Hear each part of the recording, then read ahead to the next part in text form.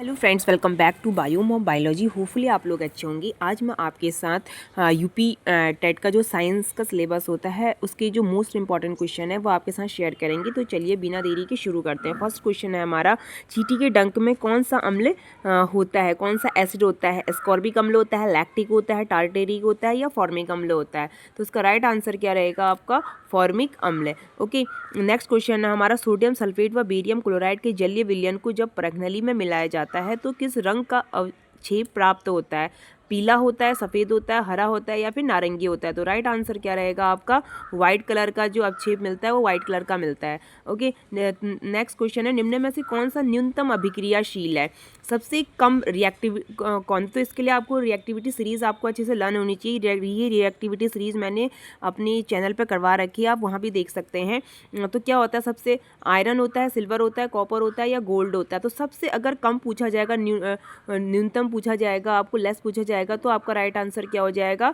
Gold हो जाएगा। Okay, ये सारे रिपीटेड क्वेश्चन है। कोयले के भंजक आसवन से क्या प्राप्त नहीं होता है? नहीं पढ़ना, हम भूल जाते हैं, नहीं आपको जरूर देखना है। कोल गैस, अमोनियम द्रव, पेट्रोलियम या फिर कोलतार? तो राइट आंसर क्या रहेगा आपका? राइट आंसर रहेगा कोयले के भंजक से हमें प्राप्त नहीं होता है। क्या नहीं प्राप्त होता है? पेट्रोलियम प्राप्त नहीं होता है और सारी चीज़ें प्राप्त होती हैं, कोल गैस, अमोनियम द्रव एंड कोलतार। ओके, नेक्स्ट क्वेश्चन है, पौधों में फैलोयम का मुख्य कार्य क्या होता है? पौधों में फैलोयम को आप सीधा कनेक्ट कर सकते हैं फ्रूट से, ओके, खाने से। तो खाद्य पदार्थों का स्थानांतरण, टूटे फूटे की मरम्मत करना, जल का स्थानांतरण या फिर वाष्पोत्सर्जन में सहायक? तो इसका राइट आंसर क्या होगा? पौधों में फैलोयम का मुख्य कार्य क्या है? खाद्य पदार्थों को फूड को ट्रांसफर करना। अगर यहीं पर अगर जाइलम का पूछा जाता, जाइलम का क्या वर्क है, तो जाइलम को आप जल से कनेक्ट कर सकते हैं, तब उसका आपका राइट आंसर होता है जल का स्थानांतरण। नेक्स्ट क्वेश्चन की ओर चलते हैं। ओके, तो हम नेक्स्ट क्वेश्चन की ओर चलेंगे। नेक्स्ट क्वेश्चन क्या है आपके? नेक्स्ट क्वेश्चन है, कार्बन का वह स्थायी अवरूप जिसे अभी हाल में ही खोजा गया है, C16 या C60 या C20 या C56? तो इसका राइट आंसर क्या होगा आपका? C60 is right answer. Next question है, निम्न में से कौन सा उभयधर्मी ऑक्साइड है? SnO2, कैल्शियम ऑक्साइड, SiO2 या फिर कार्बन डाइऑक्साइड? तो राइट आंसर क्या होगा आपका? Calcium oxide, b is right answer. Next question है, फाइकस में परागण होता है इंसेक्ट द्वारा, वाटर द्वारा, एयर द्वारा या बर्ड द्वारा? तो फाइकस में परागण आपका मोस्टली, क्योंकि बहुत बड़े इसके प्लांट होते हैं, तो किसके द्वारा होता है? इंसेक्ट के द्वारा होता है। ओके, मनुष्य में कौन सा अंग अवशेषी अंग होता है?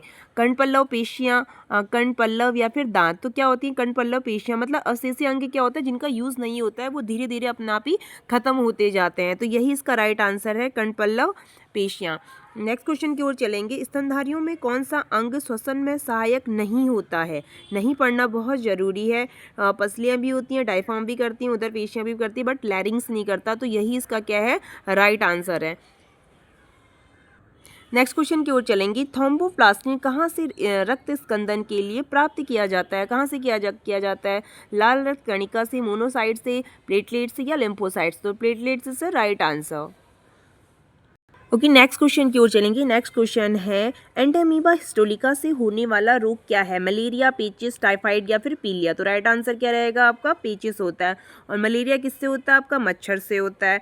ओके, बीमारी फैलाने वाले एजेंट्स को क्या कहते हैं? सिक्रेटिन कहते हैं, आइस लेस कहते हैं या फिर पैथोजन कहते हैं? तो राइट आंसर क्या होगा आपका? पैथोजन होगा। खाद्य श्रृंखला में शाकाहारी होते हैं, जो आपकी फूड चेन होती है उसमें शाकाहारी क्या होते हैं? प्राथमिक उत्पादक होते हैं, प्राथमिक उपभोक्ता होते हैं, द्वितीय उपभोक्ता होते हैं या फिर अपघटक होते हैं? तो इसका राइट आंसर क्या रहेगा? राइट आंसर इज बी, प्राथमिक उपभोक्ता। ठीक है, प्राइमरी कंज्यूमर। शैवाल एवं फंगी से परस्पर सहयोग से क्या बनते हैं? तो क्या बनते हैं? फिनेरिया बनता है, मार्किंशिया बनता है, लाइकेंस बनते हैं या रिक्सिया बनता है? तो राइट आंसर क्या होगा आपका? राइट आंसर होगा लाइकेंस बनते हैं। ओके, शैवाल और कवक के परस्पर सहयोग से क्या बनते हैं? लाइकेंस बनते हैं। सूक्ष्म शिक्षण, ये आपका पेडागोजी का क्वेश्चन है। अगर पेडागोजी के क्वेश्चन आप अच्छे से, क्योंकि 15 मार्क्स का रहता है, इसमें 10 क्वेश्चन कम से कम आते हैं आपके पेडागोजी के। अगर आपकी पेडागोजी अच्छी है तो आपका स्कोरिंग पॉइंट जो होता है बहुत अच्छा बनता है। ओके, सूक्ष्म शिक्षण का उद्देश्य होगा बधिर बच्चों के लिए माइक्रोफोन से पढ़ाना, बिल्कुल गलत। प्रशिक्षु अध्यापकों द्वारा ली गई कक्षाओं का विश्लेषण व उन्हें प्रतिपुष्टि देना, ये भी नहीं होगा। और बेहतर समझ के लिए पाठ को सूक्ष्म हिस्सों में बांटते हुए पढ़ाना, यही इसका क्या है, राइट आंसर है। ओके, एक अच्छा विज्ञान शिक्षक वह है जो विद्यार्थियों की कमजोरियों को नज़रअंदाज करता है। कमजोरियों को अगर हमने नज़रअंदाज किया बच्चे का, तो फिर हम पढ़ाएंगे क्या बच्चों को? ठीक है, तो ये गलत है। विद्यार्थियों में अंतर्निहित योग्यताओं का विकास करना, बिल्कुल राइट आंसर। अगर आप उसकी अंदर जो उसको आप क्यूरियसिटी उसको समझ रहे हैं, तो आप एक अच्छे टीचर हैं। तो यही इसका क्या होगा, आपका जो सीटेट के क्वेश्चन होते हैं, चाहे ये जो भी पेडागोजी के क्वेश्चन है, बच्चों के लिए कोई भी नेगेटिव पॉइंट है तो वो क्या है, वो बिल्कुल गलत है। बच्चों के लिए हमेशा क्या देखना, आपको पॉजिटिव पॉइंट होके पॉजिटिव होके देखना है, तो वही उसका क्या होता है, राइट आंसर होता है। ओके, तो आप देखेंगे इसमें ये मेरे रह गए थे नीचे, आप देख सकते हैं इसको। नेक्स्ट क्वेश्चन है हमारा, विज्ञान शिक्षण करते समय सजीव वस्तुओं पर कई पहलुओं से दृष्टिपात कर सकते हैं। यह पहलू आणविक स्तर पर भी है होता है। यह जीवन के वर्णन का आधार है। न्यूटन का नियम है, राशि या गति के भौतिक का है, या फिर पदार्थ की ऊर्जा अंतक्रिया का है, या फिर, तो ये आपका राइट आंसर क्या होगा, इसका third is right answer. Next question है हमारा, नेक्स्ट क्वेश्चन की ओर चलेंगे। नेक्स्ट क्वेश्चन है, जमीन के अंदर रहने वाले जंतुओं को सुरक्षित रखा जा सकता है टेरियम में, तो इसका राइट आंसर क्या है, यही इसका राइट आंसर है। नेक्स्ट क्वेश्चन है 110 हमारा, दो चुंबकीय बल रेखाएं क्या होती हैं, एक दूसरे को कभी भी काट नहीं सकती हैं। Okay, third is right answer. Next question देंगे, प्रकाश के किस रंग के लिए किसी लेंस की फोकस दूरी अधिकतम होती है, सबसे ज़्यादा होती है? तो किसके लिए होती है, रेड के लिए क्या होती है, सबसे ज़्यादा होती है। Third is right answer.